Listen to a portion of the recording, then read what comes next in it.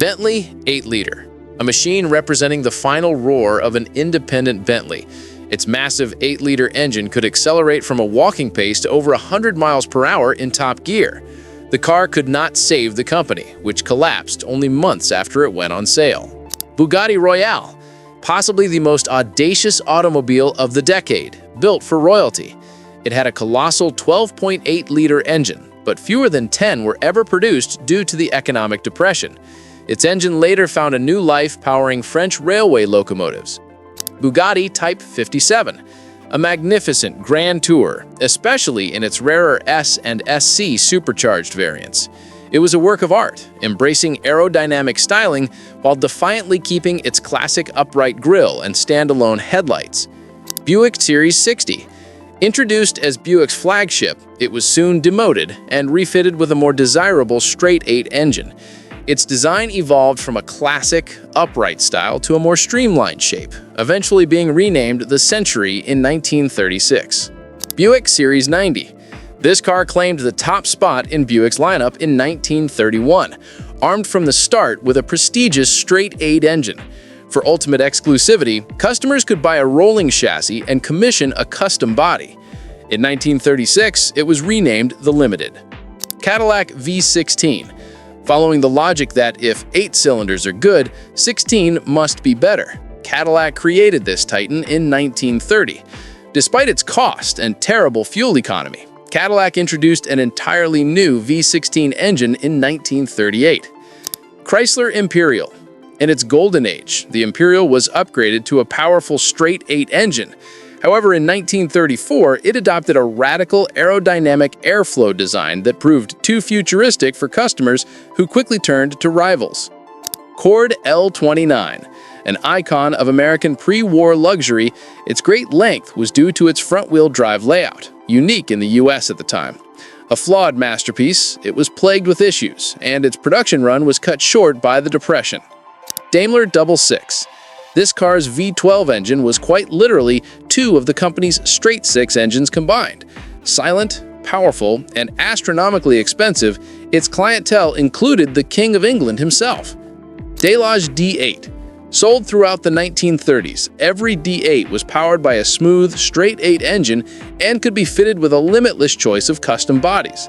After a takeover by rival Delahaye, later D8s were essentially Delahayes in disguise, but still used the magnificent Delage engine. Delage 135. This car was both a luxury tourer and a pure-blooded sports car. Powered by a tough straight-6 engine, it was phenomenally successful in motorsport, winning the Monte Carlo Rally and dominating the 1938 Le Mans 24 Hours race. Duesenberg Model J. Launched to be the best car in the world, its timing was terrible, yet it sold throughout the Depression to the ultra-wealthy. It was both a palace on wheels and astonishingly fast, thanks to its race-derived straight-8 engine. Franklin Series 17. This company defied convention by using a massive 6.5-liter air-cooled V12 engine instead of a water-cooled one. The car was compromised by the company's financial troubles, and Franklin collapsed in 1934. Hispano-Suiza J12. Considered one of the world's finest cars, alongside the Bugatti Royale and Duesenberg Model J. Its massive V12 engine was praised not for its power, but for its supreme refinement, being described as quiet as a club library. Horch 8. This dynasty of cars featured the very first straight-8 engine offered by a German manufacturer. It utterly dominated its home market, accounting for an incredible 55% of all luxury car sales in Germany by 1938. Lagonda V12. Born from a new owner's ambition to build the best car in the world in just 2 years. The V12 could exceed 100 miles per hour and proved its racing credentials with a 3rd and 4th place finish at Le Mans in 1939. Lincoln K-Series, the contender for ultimate prestige from the Ford Motor Company. While it began with a V8, its identity was defined by the mighty 7.2-liter V12 engine introduced in the KB model. It remained a profoundly imposing and heavy car throughout its life. Marmon 16. A direct competitor to the Cadillac V16, this car's 8-liter V16 was an engineering marvel, crafted almost entirely from lightweight aluminum. Brilliant engineering could not save it, and the company shut down in 1933. Maybach Zeppelin. This was a Repräsentationswagen, a car built to make the biggest possible impact. Its 8-liter V12 was matched with a gearbox of incredible technical superiority, featuring 8 forward speeds and 4 for going backwards. Mercedes-Benz 770. Known as the Grand Mercedes, its massive 7.7-liter straight-8 engine came with an optional supercharger that most buyers chose. A special option was available: armored plating for what the company called particularly sensitive customers. Mercedes-Benz Nurburg. This was the very first Mercedes with a straight-8 engine. Its name came not from speed, but from an endurance trial at the Nürburgring circuit, where a prototype covered 20,000 kilometers in just 13 days. Packard 12. Packard was a master of the V12 engine and returned to the layout in 1933 with this car, powered by a 7.3-liter masterpiece. In an act of diplomacy, U.S. President Franklin Delano Roosevelt gifted one to Soviet leader Joseph Stalin. Pierce Arrow Model 41. A machine of colossal scale, with a chassis boasting a staggering 147-inch wheelbase. Its price was breathtaking, costing as much as $6,250, more than double that of another model from the same company.